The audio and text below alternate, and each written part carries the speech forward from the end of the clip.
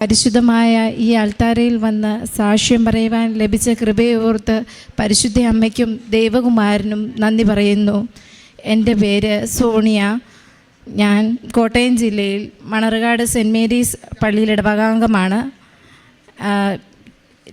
2022 April 11 ഞാനിവിടെ ഉടമ്പടി എടുത്തത്. ഉടമ്പടി എടുക്കുവാനുണ്ടായ സാഹചര്യം എൻ്റെ 4ാമത്തെ കുഞ്ഞിന് വേണ്ടിയാണ് ഞാനിവിടെ വന്ന് ഉടമ്പടി എടുത്തത്. എനിക്ക് 4 സിസേറിയൻ ആയിരുന്നു. അതിൽ 3ാമത്തെ സിസേറിയൻ ഒരല്പം കോംപ്ലിക്കേഷൻ ഉള്ളതായിരുന്നു. 8ാം മാസത്തിൽ എനിക്ക് വളരെയധികം കൺട്രാക്ഷൻ ഉണ്ടാവുകയും എനിക്ക് എൻ്റെ സ്കാർ വിട്ടുപോകുന്ന ഒരു സാഹചര്യം ഉണ്ടാവുകയും ചെയ്തു. അത് വളരെ അത്ഭുതകരമായി ഞാൻ അന്ന് ആ ഹോസ്പിറ്റലിൽ എത്തപ്പെട്ടതായിരുന്നു. എൻ്റെ കുഞ്ഞിന് ഒരു പനി പോലെ കണ്ട് യാതൊരു ഇതുമില്ലാതെ ഞങ്ങൾ പെട്ടെന്ന് ആ ഹോസ്പിറ്റലിൽ ചെന്നു. കുഞ്ഞിനെ കാണിക്കാൻ കയറിയപ്പോൾ കുഞ്ഞിന് യാതൊരുവിധ കുഴപ്പവുമില്ലായിരുന്നു. പക്ഷേ എൻ്റെ ഡോക്ടർ അവിടെ ഫ്രീ ആയിരുന്നത് കൊണ്ട് ഞാൻ ഡോക്ടറെ കയറി കണ്ടപ്പോൾ എനിക്ക് ഹെവിയറായിട്ടുള്ള കൺട്രാക്ഷൻ ഉണ്ടായിരുന്നു. ഡോക്ടർ എമർജൻസി സിസേറിയൻ പറഞ്ഞു. കുഞ്ഞിനെയുമായിട്ട് നിന്ന് എന്നെ 2 സിസ്റ്റേഴ്സ് വളരെ എമർജൻസി ആയി പിടിച്ച് ഓപ്പറേഷൻ തിയേറ്ററിൽ കയറ്റി ഓപ്പറേഷൻ ചെയ്യുകയായിരുന്നു. ഞാൻ വളരെ കരഞ്ഞുകൊണ്ടാണ് അന്ന് അവിടെ കയറിയത്. എൻ്റെ കൂടെ എൻ്റെ ഹസ്ബൻഡും കുഞ്ഞും മാത്രമേ ഉണ്ടായിരുന്നുള്ളൂ. എങ്കിലും സർജറി യാതൊരു കുഴപ്പമില്ലാതെ നടന്നു. സർജറി നടന്നുകൊണ്ടിരുന്നപ്പോൾ ഡോക്ടർ എന്നോട് പറഞ്ഞു, ഇത് എൻ്റെയും തൻ്റെയും ഭാഗ്യമാണ്. തൻ്റെ സ്കാർ വിട്ടു പോന്നിരിക്കുമായിരുന്നു. ഇൻറ്റേർണൽ ബ്ലീഡിംഗ് ഉണ്ടായി തൻ്റെ ജീവൻ വരെ അപകടത്തിൽപ്പെടാവുന്ന ഒരു സാഹചര്യമായിരുന്നു ഇതെന്ന് എന്നോട് പറഞ്ഞു. ഇനി ആരോടും സമ്മതമൊന്നും ചോദിക്കുന്നില്ല. തൻ്റെ പ്രസവ ശസ്ത്രക്രിയയിൽ കൂടെ തൻ്റെ ബന്ധീകരണ ശസ്ത്രക്രിയയും കൂടെ ഞാൻ ചെയ്യുകയാണ്. ഇനി ഒരിക്കലും കുഞ്ഞുങ്ങളുണ്ടാകാൻ പാടില്ല എന്ന് പറഞ്ഞു. അന്നവിടെ ചെയ്തു. 2 വർഷങ്ങൾക്ക് ശേഷം എനിക്ക് വീണ്ടും ഒരു ക്ഷീണം വന്നു. ഞാൻ ഡോക്ടറെ പോയി കണ്ടു. പീരീഡ് മിസ്സായി. അപ്പോൾ ഡോക്ടർ പറഞ്ഞു, ഇത് സാധാരണമാണ്, എല്ലാവർക്കും സംഭവിച്ചുകൊണ്ടിരിക്കുന്നതാണ്, അതുകൊണ്ട് യാതൊരു വിധത്തിലും പേടിക്കേണ്ട. താൻ പോയി UPT ടെസ്റ്റ് ഒന്ന് ചെയ്തിട്ട് വരൂ, പ്രഗ്നൻസി ടെസ്റ്റ് ചെയ്തിട്ട് വരൂ, കുഴപ്പമില്ലെങ്കിൽ ഞാൻ ഇന്ന് തന്നെ ടാബ്ലറ്റ് തരാമെന്ന് പറഞ്ഞു. ഞാനെൻ്റെ UPT ടെസ്റ്റ് ചെയ്തപ്പോൾ അത് പോസിറ്റീവായിരുന്നു. ഞാൻ വീണ്ടും പ്രഗ്നൻ്റായി. ഡോക്ടറെ കണ്ടപ്പോൾ ഡോക്ടർ പറഞ്ഞു, നമുക്കൊന്ന് സ്കാൻ ചെയ്ത് നോക്കാം. ഇത് സാധാരണ ഇങ്ങനെ പ്രസവം നിർത്തിയവർക്ക്, അതും സിസേറിയനിലൂടെ നിർത്തിയതല്ലേ, അതുകൊണ്ട് തനിക്ക് കൂടുതലും തൻ്റെ ട്യൂബിലാകാനാണ് ചാൻസ്, അല്ലാതെ ആകത്തില്ല എന്ന് പറഞ്ഞു. പക്ഷേ ഞങ്ങൾ ചെന്നു സ്കാൻ ചെയ്ത് കഴിഞ്ഞപ്പോൾ ട്യൂബിലല്ല, യൂട്രസിൽ തന്നെയാണ് കുഞ്ഞുള്ളത്. അന്നേരം ഡോക്ടർ പറഞ്ഞു, ഇപ്പോൾ ഹാർട്ട് ബീറ്റ് എടുക്കാറായില്ല, നിങ്ങൾ 2 ആഴ്ച കഴിഞ്ഞ് വരൂ. എന്തായാലും ഇത് കണ്ടിന്യൂ ചെയ്തു പോകാൻ നമുക്ക് ഒരിക്കലും സാധിക്കില്ല. കാരണം തൻ്റെ 3rd പ്രഗ്നൻസിയിൽ തനിക്ക് ഇങ്ങനെ വന്നതാണ്. അതുകൊണ്ട് ഒരിക്കലും ഇത് കണ്ടിന്യൂ ചെയ്തു പോകാൻ പാടില്ല. ഇവിടെ ഹാർട്ട് ബീറ്റ് ഇല്ലെങ്കിൽ ഞങ്ങൾ ഈ ഹോസ്പിറ്റലിൽ തന്നെ അത് ചെയ്തു തരാം എന്ന് പറഞ്ഞു. അവർ ഞങ്ങളെ അയച്ചു. 2 ആഴ്ച ഞങ്ങൾ കരഞ്ഞും പ്രാർത്ഥിച്ചും കൊണ്ടിരുന്നു. ദൈവമേ, അത്ഭുതം എന്തെങ്കിലും ചെയ്ത് ഞങ്ങൾ ഇതിൽ നിന്ന് ഒഴിവാക്കി തരണമേ എന്ന് ഞങ്ങൾ നിരന്തരമായിട്ട് പ്രാർത്ഥിച്ചുകൊണ്ടിരുന്നു. അങ്ങനെ ഏപ്രിൽ 9 ഞങ്ങൾ അവിടെ ചെന്നു, ഹോസ്പിറ്റലിൽ ചെന്നു. സ്കാൻ ചെയ്തപ്പോൾ കുഞ്ഞിന് ഹാർട്ട് ബീറ്റ് ഉണ്ട്. കുഞ്ഞ് വളരെ ഹെൽത്തി ആയിട്ടുള്ള ഹാർട്ട് ബീറ്റാണ്. ഡോക്ടർ എന്നിട്ടും എന്നോട് പറഞ്ഞു, ഇത് നമുക്ക് കണ്ടിന്യൂ ചെയ്തുകൊണ്ട് പോകാൻ പറ്റത്തില്ല സോണിയ, കാരണം സോണിയയ്ക്ക് ഇങ്ങനെയുള്ള ഒരു സാഹചര്യം മുൻപേ ഉള്ളതുകൊണ്ട് ഇത് യാതൊരു വിധത്തിലും നമുക്ക് മുമ്പോട്ട് കൊണ്ടുപോകാൻ പറ്റത്തില്ല. ഞങ്ങൾ ഒരുപാട് കരഞ്ഞു, വിഷമിച്ചു. എൻ്റെ ഹസ്ബൻഡും വളരെയധികം വിഷമിച്ചു. കാരണം ഞാനൊരു കത്തോലിക്ക വിശ്വാസത്തിൽ വളർന്നു വന്ന ഒരാളായിരുന്നു. അതുകൊണ്ട് എനിക്ക് പ്രസവം നിർത്തുന്നതോ അബോർഷൻ ചെയ്യുന്നതിനോടൊന്നും യാതൊരു താല്പര്യമില്ലാത്ത വ്യക്തിയായിരുന്നു. അങ്ങനെയുള്ളവർക്ക് വേണ്ടി നിരന്തരം പ്രാർത്ഥിച്ചുകൊണ്ടിരിക്കുന്ന ഒരു വ്യക്തിയായിരുന്നു ഞാൻ. അപ്പം ഞാൻ ആകെ തകർന്നു, കരഞ്ഞു, വളരെയധികം സങ്കടത്തിലൂടെ ഞങ്ങൾ കടന്നുപോയി. പക്ഷേ ഡോക്ടർ അന്ന് തന്നെ ഞങ്ങൾക്ക് വേറെ ഡോക്ടറിനെ കൺസൾട്ട് ചെയ്യാൻ തന്നു. എമർജൻസി ആയിട്ട് പോയി, ഇന്ന് തന്നെ ഇത് ചെയ്യൂ, ഇത് നമുക്ക് മുമ്പോട്ട് കൊണ്ടുപോകാൻ പറ്റത്തില്ല, കാരണം ഇത് അബോർഷൻ പോലും ചെയ്യുന്നത് റിസ്ക്കാണ്. തനിക്ക് 3 സിസേറിയൻ കഴിഞ്ഞതാണ്. അപ്പോൾ കുഞ്ഞിന് വലിപ്പം വെച്ച് കഴിഞ്ഞെന്നാൽ യാതൊരു കാരണവശാലും പിന്നീട് നമുക്കൊന്നും ചെയ്യാൻ പറ്റത്തില്ല, തൻ്റെ ജീവൻ പോലും അപകടത്തിലാകും. അന്ന് തന്നെ എമർജൻസി ആയിട്ട് ഞങ്ങളെ വേറൊരു ഹോസ്പിറ്റലിലേക്ക് വിട്ടു. ആ ഡോക്ടർ ഞങ്ങളോട്, ഞാൻ ചോദിച്ചു, എന്തെങ്കിലും ഒരു ഇതുണ്ടോ ഡോക്ടർ, ഞങ്ങൾക്ക് എന്തെങ്കിലും ചെയ്തു തരാൻ പറ്റുമോ എന്ന് ചോദിച്ചപ്പോൾ ആ ഡോക്ടറും ഞങ്ങളോട് പറഞ്ഞു, ഇത് യാതൊരു രീതിയിൽ നമുക്ക് കണ്ടിന്യൂ ചെയ്തുകൊണ്ട് പോകാൻ പറ്റില്ല, അത്രയധികം റിസ്ക്കാണ്. അതുകൊണ്ട് ഞങ്ങൾ അവിടെ നിന്ന് ഞങ്ങൾക്ക് ഡേറ്റ് തന്നു, ഉള്ള ടെസ്റ്റുകളെല്ലാം ചെയ്യിപ്പിച്ചു. ഏപ്രിൽ 11 രാവിലെ 7 മണിയാകുമ്പോൾ ഹോസ്പിറ്റലിൽ ചെല്ലണമെന്ന് പറഞ്ഞ് ഞങ്ങളെ അവിടെ നിന്ന് തിരികെ അയച്ചു. പിറ്റേ ദിവസം ഓശാന ഞായറായിരുന്നു. അതിൻ്റെ പിറ്റേ ദിവസമാണ് ഞങ്ങൾക്ക് ഹോസ്പിറ്റലിൽ ചെല്ലേണ്ട ദിവസം. ഞാൻ വളരെയധികം കരഞ്ഞു. ഓശാന ഞായറാഴ്ച പള്ളിയിൽ പോയി നിന്ന് പ്രാർത്ഥിച്ചു ഈശോയോടും മാതാവിനോടും. ആ പള്ളിമുറ്റത്ത് നിന്ന് ഞാൻ അവിടെ നിന്ന് കരഞ്ഞു. ആ കുർബാന തുടങ്ങി തീരുന്നത് വരെ ഞാൻ അവിടെ നിന്ന് കരഞ്ഞുകൊണ്ടിരിക്കുന്നു. ആരെങ്കിലും എന്നെ ശ്രദ്ധിക്കുന്നുണ്ടോ എന്നൊന്നും ഞാൻ നോക്കിയില്ല. എൻ്റെ ഇളയ 3ാമത്തെ കുഞ്ഞ് എൻ്റെ കയ്യിലിരിപ്പുണ്ടായിരുന്നു. അവന് 2 വയസ്സേ ഉള്ളൂ. അവനുമായി നിന്നു. എൻ്റെ കയ്യിൽ ഓലയുണ്ട്, അവൻ എൻ്റെ ഒരു കയ്യിലിരിക്കുന്നു. വേറെ ആരും എൻ്റെ കൂടെയില്ല. ഞാൻ അവിടെ നിന്ന് കരഞ്ഞുകൊണ്ട് പ്രാർത്ഥിച്ചുകൊണ്ടിരുന്നു. വിശുദ്ധ കുർബാന സ്വീകരിക്കുന്ന സമയമായപ്പോൾ ആരും എന്നെ പള്ളിയിലേക്ക് ഉന്തി കയറ്റുന്ന പോലെ എനിക്ക് തോന്നി, വളരെ ഇതായിട്ട്. പക്ഷേ എൻ്റെ മനസ്സ് പിന്നെ എൻ്റെ കൈ കുഞ്ഞില്ലേ, കയ്യിലാണ് കുർബാന സ്വീകരിക്കുന്നത്, കയ്യിൽ ഓലയുണ്ട്, കുഞ്ഞുണ്ട് എന്നൊക്കെ പറഞ്ഞ് ഞാൻ പുറകോട്ട് നിൽക്കുമ്പോഴും ആരും എന്നെ ബലം പ്രയോഗിച്ച് ഉള്ളിലേക്ക് കിടത്തി ഞാൻ ചെന്ന് കുർബാന സ്വീകരിച്ചു. കുർബാന സ്വീകരിച്ച ശേഷം ഞാൻ ഈശോയുടെയും അമ്മയുടെയും മുഖത്തോട്ട് നോക്കി ചോദിച്ചു, ഞാൻ ഇത് ആഗ്രഹിച്ച് എനിക്ക് കിട്ടിയതല്ല, നിങ്ങൾ എൻ്റെ കയ്യിൽ വെച്ച് തന്ന സമ്മാനമാണിത്, എനിക്കിത് നഷ്ടപ്പെടാൻ പാടില്ല, എനിക്ക് എന്ത് ചെയ്യണമെന്ന് എനിക്കറിയില്ല, പക്ഷേ എനിക്ക് എൻ്റെ കുഞ്ഞ് നഷ്ടപ്പെടാൻ പാടില്ലെന്ന് പറഞ്ഞു ഞാൻ അവിടെ നിന്ന് കരഞ്ഞു. എന്തോ വളരെമായൊരു ശക്തി എന്നിലേക്ക് വരുന്നത് ഞാൻ അറിഞ്ഞു. പിറ്റേ ദിവസം ഹോസ്പിറ്റലിൽ പോകേണ്ട ഞാൻ എൻ്റെ ഹസ്ബൻഡിനെ വിളിച്ച് പറഞ്ഞു ഞാൻ വരുന്നില്ല. ഇതിനു മുമ്പ് എൻ്റെ നാത്തൂൻ എന്നോട് കൃപാസനം പള്ളിയെക്കുറിച്ച് പറഞ്ഞിട്ടുണ്ടായിരുന്നു. ഞാൻ പറഞ്ഞു നമുക്ക് പള്ളിയിൽ പോകാം, പള്ളിയിൽ പോയിട്ട് വന്നിട്ട് നമുക്ക് എന്ത് തീരുമാനം വേണേലും എടുക്കാം. അദ്ദേഹം പറഞ്ഞു നീ നമ്മുടെ 3 കുഞ്ഞുങ്ങളെ ഓർക്കുന്നില്ലേ, ഈ ഒരു കുഞ്ഞിന് വേണ്ടി നമ്മുടെ 3 കുഞ്ഞുങ്ങളെ തള്ളിക്കളയുകയാണോ എന്ന് ചോദിച്ചു. പക്ഷേ ഞാൻ ശക്തമായിരുന്നു തീരുമാനം ഇവിടെ വരണമെന്നുള്ളത്. ഞങ്ങൾ അന്ന് ഡോക്ടർ ഞങ്ങൾക്ക് അബോർഷന് തന്ന സമയം തന്നെ ഞങ്ങളിവിടെ വന്നു. ഞങ്ങളിവിടെ വന്നപ്പോൾ ജോസഫ് അച്ഛൻ്റെ ധ്യാനം നടന്നുകൊണ്ടിരിക്കുമായിരുന്നു, ഉടമ്പടി ധ്യാനം നടന്നുകൊണ്ടിരിക്കുമായിരുന്നു. അന്ന് ധ്യാനമുണ്ടെന്നൊന്നും ഞങ്ങൾക്കറിയില്ല, പക്ഷേ ഇവിടെ നടന്നുകൊണ്ടിരിക്കുകയായിരുന്നു. അന്ന് ആ സ്കാൻ ചെയ്യാനായിട്ട് ഞാനൊരു മുറിയുടെ വാതിക്കൽ ഇരുന്നപ്പോൾ ഒരു മാതാവിൻ്റെ ഫോട്ടോ ഉണ്ടായിരുന്നു അവിടെ. ആ ഫോട്ടോയിൽ നോക്കിയപ്പോൾ കുറേ വചനങ്ങൾ പരിശുദ്ധ അമ്മയോട് പറഞ്ഞ് മാലാഖാവെന്ന് പറഞ്ഞ കുറേ വചനങ്ങൾ എൻ്റെ മനസ്സിലേക്ക് വന്നത്. എന്തുകൊണ്ട് അന്ന് വന്നതെന്ന് എനിക്കറിയില്ല. ഇങ്ങനെ പുറകെ ആ വചനങ്ങൾ എന്നിൽ വന്ന് നിറഞ്ഞു. ഞാൻ ഇവിടെ വന്നപ്പോൾ അച്ഛൻ ആ വചനങ്ങൾ തന്നെയാണ് ഇവിടെ പറഞ്ഞുകൊണ്ടിരുന്നത് ഉടമ്പടി ധ്യാനത്തിൽ. അപ്പോൾ ഞാൻ ഇവിടെ ചുമ്മാ വന്നതല്ല, മാതാവിനെ കൂട്ടിക്കൊണ്ട് വന്നതാണെന്ന് എനിക്ക് ഉറച്ച ബോധ്യമുണ്ടായി. ഞാൻ അമ്മയുടെ മുമ്പിൽ വന്നു. അമ്മ, എല്ലാവരും എന്നോട് പറയുന്നു ഈ കുഞ്ഞ് വേണ്ട, ഇതിനെ താങ്ങാനുള്ള ശക്തി എൻ്റെ യൂട്രസിനില്ല, പക്ഷെ അമ്മയുടെ കരങ്ങൾ കൊണ്ടല്ലോ ശക്തി, അമ്മയുടെ കരങ്ങൾ കൊണ്ടല്ലോ അമ്മ ഈ കുഞ്ഞിനെ താങ്ങിയാൽ മതി. ഞാൻ പറഞ്ഞു അമ്മയെ ഏൽപ്പിച്ചു ഞാൻ തിരികെ പോയി. എനിക്ക് എല്ലാ മാസവും ഇവിടെ വരാനുള്ള കൃപയും അമ്മ തന്നു. എല്ലാ കാര്യങ്ങളും ഞാൻ ചെയ്തുകൊണ്ടിരുന്നു. എല്ലാം അന്നേരം ഉപവാസം എടുക്കുന്ന ഒരു കാര്യത്തിൽ മാത്രം എനിക്ക് ഒരല്പം ബുദ്ധിമുട്ട്, ഗർഭിണി ആയിരുന്നുകൊണ്ട് വന്നു. അമ്മ ആ ബുദ്ധിമുട്ട് മനസ്സിലാക്കി. എൻ്റെ ഇളയ നാത്തൂൻ ഈ പള്ളിയിൽ എപ്പോഴും വരുന്ന വിശ്വാസിയാണ്. എന്നോട് വിളിച്ച് പറഞ്ഞു സോണിയ ഒന്നുകൊണ്ടുമില്ല, പേടിക്കേണ്ട. എന്നോട് അമ്മ ശക്തമായിട്ട് പറയുന്നു ഉപവാസം എടുക്കുക, സോണിയയ്ക്ക് വേണ്ടി ഉപവാസം എടുക്കാൻ ശക്തമായിട്ട് എന്നോട് പറയുന്നു. ആ കാര്യം ഓർത്ത് വിഷമിക്കേണ്ട എന്ന് പറഞ്ഞു. ആ ചെറിയ ചെറിയ വിഷമങ്ങൾ പോലും പരിശുദ്ധ അമ്മ ഇവിടെ വന്നു കഴിയുമ്പോൾ നമ്മുടെ ചെറിയ വിഷമങ്ങൾ പോലും അമ്മ അത് കണ്ട് മനസ്സിലാക്കും. ഇവിടെ വരുമ്പോൾ എനിക്ക് ആ ഒരു തണുപ്പ് അനുഭവപ്പെടും. അമ്മ നമ്മളെ ചേർത്ത് പിടിക്കുന്ന ഒരു അനുഭവം എനിക്ക് എപ്പോഴും ഇവിടെ വരുമ്പോൾ ഉണ്ടാവും. എനിക്ക് മറ്റുള്ളവർ പറയുന്ന വാക്കുകൾ കേട്ട് വളരെയധികം ഭയം തോന്നിയാലും ഞാൻ ഇവിടെ വരുമ്പോൾ എനിക്ക് ആ ഭയങ്ങളെല്ലാം മാറിപ്പോകുന്നതായിട്ട് ഞാൻ കണ്ടു. എല്ലാ കാര്യങ്ങളിലുമുണ്ട്. അതുപോലെ അച്ഛനെ കാണാനായിട്ട് വളരെ ശക്തമായിട്ട് ഞാൻ ആഗ്രഹിച്ചിരുന്നു. ഓരോ മാസം വരുമ്പോഴും അതിങ്ങനെ നടക്കാൻ പോയി. അങ്ങനെ എനിക്ക് 7-ാം മാസം കഴിഞ്ഞ് 8-ാം മാസത്തിലൂടെ കയറുന്ന ആ ഒരു സമയമായപ്പോൾ സെപ്റ്റംബർ മാസത്തിൽ എന്നോട് യാത്രയൊന്നും ചെയ്യരുതെന്ന് ഡോക്ടർ പറഞ്ഞിരുന്നു. എന്നാലും എനിക്ക് ശക്തമായി മനസ്സിൽ തോന്നി ഇവിടെ വന്ന് അച്ഛനെ കാണണമെന്ന്. എല്ലാവരോടും പറഞ്ഞപ്പോൾ എല്ലാവരും എന്നെ എതിർത്തു, കാണാൻ പാടില്ല, അതും ബസ്സിൽ കയറി വന്ന് ഇവിടെ വന്ന് കാണുന്നത് വളരെ റിസ്ക് ആണെന്ന്. പക്ഷേ അമ്മ തോന്നിപ്പിച്ചതായിരിക്കാം. ഞങ്ങളിവിടെ വന്നു. ഇവിടെ വന്നപ്പോൾ ഈ എൻട്രൻസിനകത്ത് പോലും കയറാനായിട്ട് അതുപോലെ ആളായിരുന്നു, അവിടം വരെ ആളായിരുന്നു. ഇതിനകത്തേക്ക് കയറാൻ ബുദ്ധിമുട്ടായിരുന്നു, വയറും വെച്ചോണ്ട് അത്രയ്ക്ക് ബുദ്ധിമുട്ടി ഇവിടെ കയറി വന്നു. അപ്പോൾ എൻ്റെ ഹസ്ബൻഡ് ചോദിച്ചു നമ്മൾ വന്നത് വെറുതെ ആയില്ലേ, ഇത്രയും റിസ്ക് എടുത്ത് ഇവിടം വരെ വരണമായിരുന്നോ, അച്ഛനെ ഇന്ന് കാണാൻ പറ്റത്തില്ല എന്ന് പറഞ്ഞു. ഞാൻ ചിരിച്ചുകൊണ്ട് പറഞ്ഞു നമുക്കെന്നാൽ കാപ്പി കുടിച്ചിട്ട് വരാമെന്ന് പറഞ്ഞു. ഞങ്ങൾ പുറത്ത് പോയി കാപ്പി കുടിച്ചിട്ട് വന്നപ്പോൾ ഒരു 10-200 പേരെങ്കിലും ഉണ്ടായിരുന്ന ആ ലൈനിൽ 15 പേരായിട്ട് അവശേഷിച്ചു.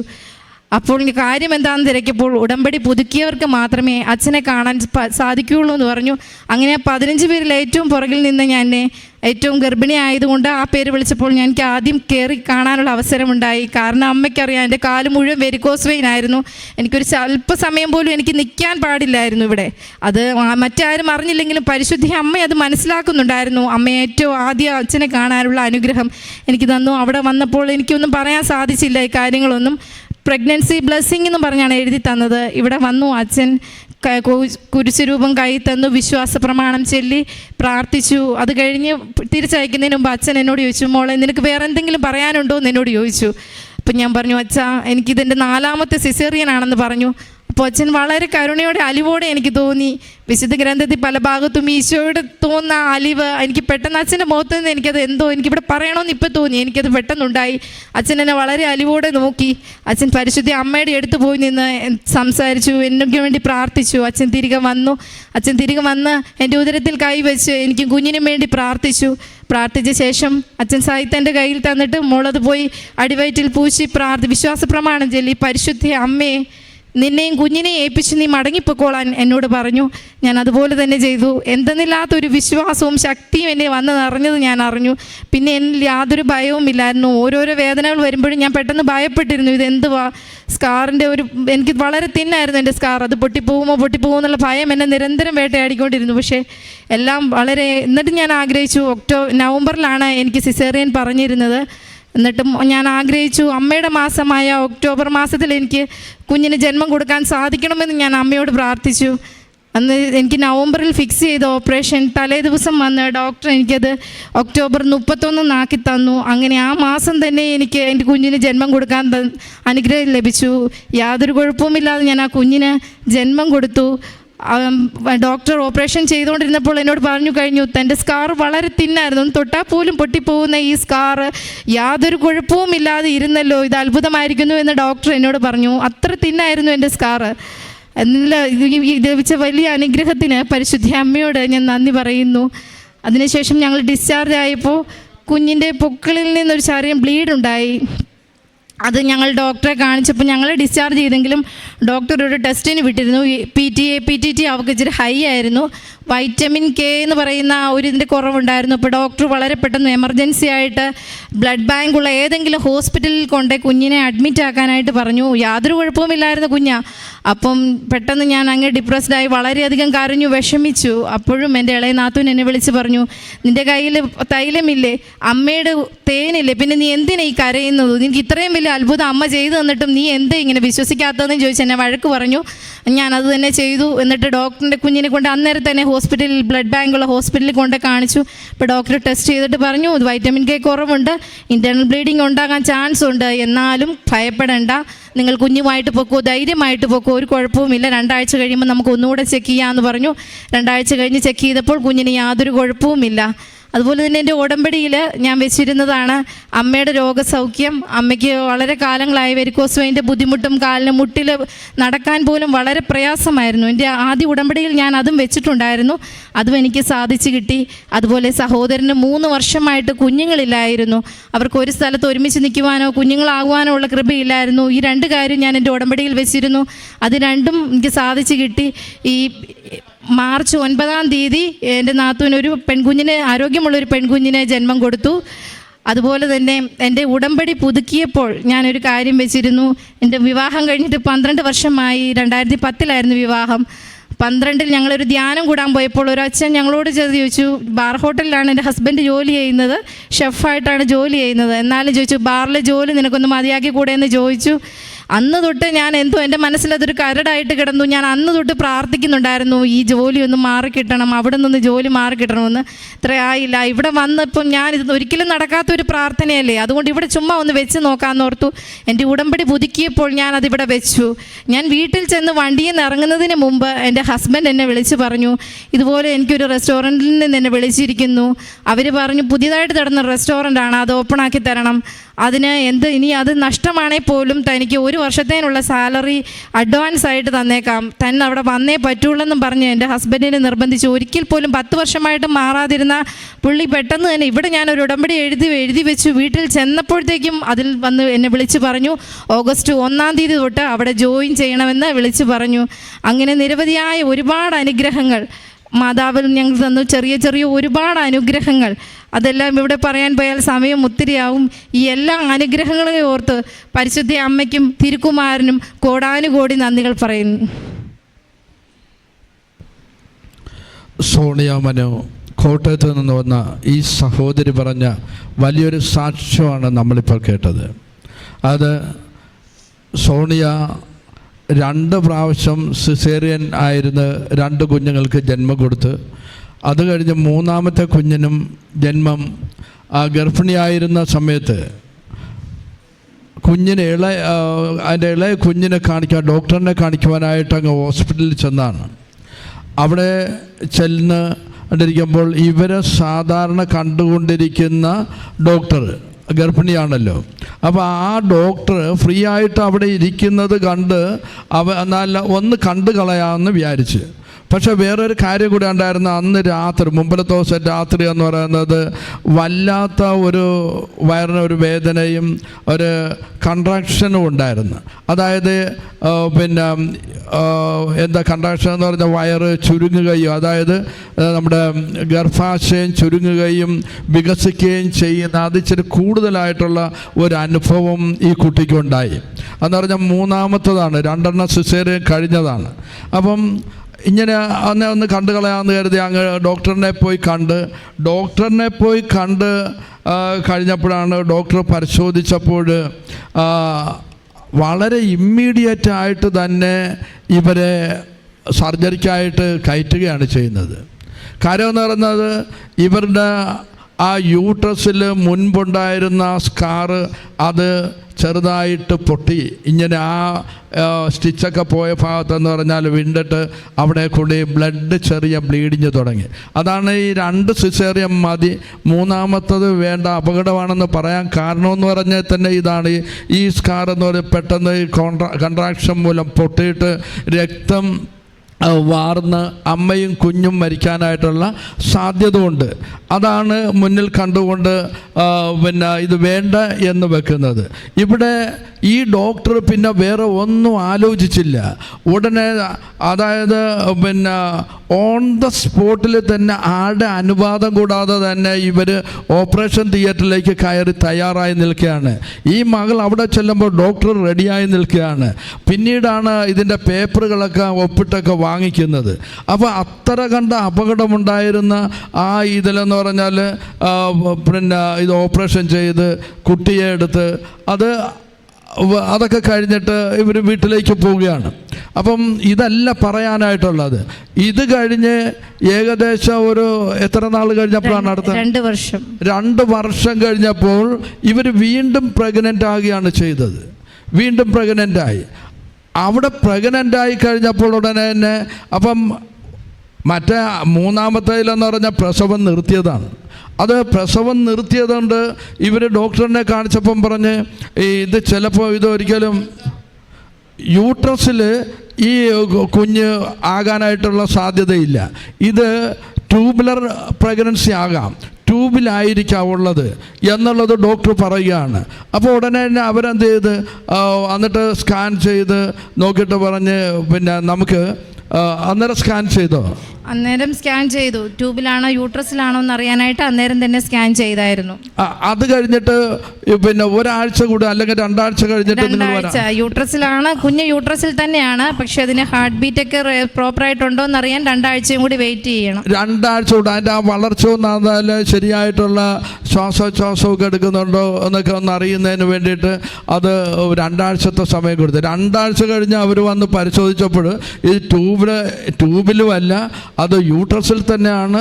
ആ കുഞ്ഞിനെന്ന് പറയുന്നത് നല്ല ആരോഗ്യമുള്ള, നന്നായിട്ട് അത് ശ്വാസോച്ഛ്വാസമൊക്കെ എടുക്കുന്ന ഹാർട്ട് ബീറ്റ് എന്ന് പറയുന്നത് ഒരു കുഴപ്പമില്ലാതെ വളരെ നന്നായി അത് എടുക്കുന്നത്. അപ്പം പക്ഷേ ഉടനെ തന്നെ ഇവരിത് പറഞ്ഞ് ഇതും ആയിട്ട് മുന്നോട്ട് പോകരുത്. ഇവിടെയാണ് പ്രശ്നം തുടങ്ങുന്നത്. അതായത് ഈ കുഞ്ഞ് ഈ ഗർഭാവസ്ഥയിൽ ഇതിങ്ങനെ മുന്നോട്ട് പോകരുത്, ഇത് അബോർട്ട് ചെയ്യണം, ഇല്ലെങ്കിൽ ഈ കുഞ്ഞും തള്ളയും മരിക്കാനുള്ള സാധ്യത ഉണ്ട്. ഇത് കേട്ടപ്പോൾ അവർക്ക് വലിയൊരു വിഷമം തോന്നി. എന്നിട്ട് അതിന് അബോർഷനുള്ള ഡേറ്റ് കൂടെ കൊടുത്ത്, ആ ഡേറ്റ് എന്ന് പറയുന്നത് ഒരു പ്രത്യേക ദിവസത്തിൻ്റെ പിറ്റേ ദിവസമാണ്. ഏതാണ്? ഓശാന പിന്നെ ഞായറിൻ്റെ പിറ്റേ ദിവസമായിട്ടാണ് ഈ അബോർഷൻ്റെ ഡേറ്റ് കൊടുത്തത്. ഭർത്താവുമായിട്ട് ആലോചിച്ച് അത് കഴിഞ്ഞപ്പോൾ ഇവർക്ക് ഈ അബോർഷൻ ചെയ്യുക എന്ന് പറയുന്നത് അത് യൂട്രസിൽ വളരുന്ന ഒരു കുഞ്ഞിനെ കൊല്ലുക എന്ന് പറയുന്നത് ഇവർക്കത് സങ്കല്പിക്കാൻ പോലും പറ്റുന്നില്ല. അതുകൊണ്ട് അവർ 3 ഡോക്ടർമാരുടെ ഒപ്പീനിയൻ കൂടെ പിന്നീട് തേടുന്നു, പുറത്തുള്ള വേറെ. അവരും പറയുന്നത് ഇത് തന്നെയാണ്, അബോർഷനെ മാർഗമുള്ളതെന്ന്. അത് ഇവർ ഇത് കഴിഞ്ഞപ്പോൾ ഇങ്ങനെ ഇരിക്കുമ്പോഴാണ് ഉടനെ തന്നെ കണ്ട അവിടെയാണ് ഇവിടെ പ്രശ്നങ്ങളൊക്കെ പെട്ടെന്ന് ഡൈവേർട്ട് ചെയ്യുകയാണ്. അതായത് ഉടമ്പടി എടുക്കുവാനായിട്ട് കൃപാസനത്തിലേക്ക് വരുന്നു. ഇവിടെ വന്ന് ഉടമ്പടി എടുക്കുന്നു. അത് കഴിഞ്ഞിട്ട് പിന്നീട് വന്നാണ് 7-ാം മാസം കഴിഞ്ഞപ്പോൾ അല്ലേ അച്ഛനെ വന്ന്, ബഹുമാനപ്പെട്ട ജോസഫ് അച്ഛനെ വന്ന് കാണുന്നത്.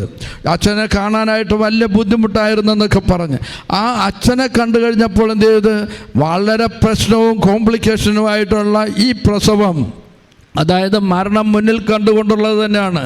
അപ്പം അച്ഛൻ്റെ അടുത്ത് വന്നപ്പോൾ ഉടനെ തന്നെ ആ കൊടുത്ത ചീട്ടിൽ പ്രഗ്നൻസി കോംപ്ലിക്കേഷൻ എന്ന് മാത്രമേ എഴുതിയിട്ടുണ്ടായിരുന്നുള്ളൂ.